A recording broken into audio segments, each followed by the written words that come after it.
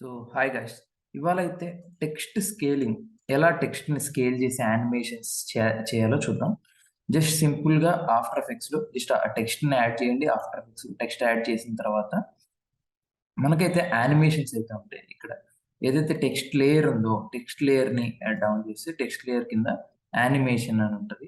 So అలానే యానిమేషన్స్లోకి వెళ్ళి మనం లైన్ ట్రాకింగ్ మీద క్లిక్ చేసి, సో ట్రాకింగ్ మీద క్లిక్ చేస్తే మనకి 2 ఆప్షన్స్ ఆన్ అయితాయి. సో ఇప్పుడు దీన్ని స్కేల్ చేయాలంటే మనం ట్రాకింగ్‌లో ఉన్న 2 కీస్‌ని ఆన్ చేసి, ట్రాక్ టైప్‌ని, ట్రాక్ అమౌంట్‌ని రెండిటిని ఆన్ చేసి, ఎన్ని ఫ్రేమ్స్ వరకు కావాలి, ఎన్ని సెకండ్స్ వరకు కావాలి దాన్ని సెట్ చేసుకొని స్కేల్ చేయాలి.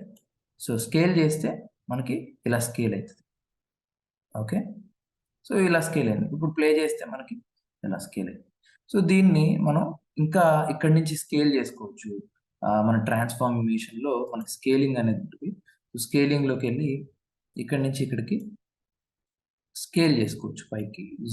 జూమ్ అయినట్లు ఇలా. సో దీన్ని మళ్ళీ ఇక్కడి నుంచి ఇక్కడికి ఒపాసిటీ యానిమేషన్ ఇచ్చుకోవచ్చు. ఇక్కడ ఒక ఒపాసిటీ యానిమేషన్ ఇచ్చి ఇక్కడికి 0 ఒపాసిటీ యానిమేషన్ ఇచ్చుకోవచ్చు.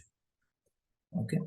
సో ఇప్పుడు ప్లే చేసి చూస్తే ఇలా సింపుల్‌గా మనకి ఒక యానిమేషన్. దీన్ని ఇంకా స్మూత్‌గా చేయాలంటే అన్నిటిని సెలెక్ట్ చేసుకొని F9 క్లిక్ చేస్తే ఈజీ అయితది.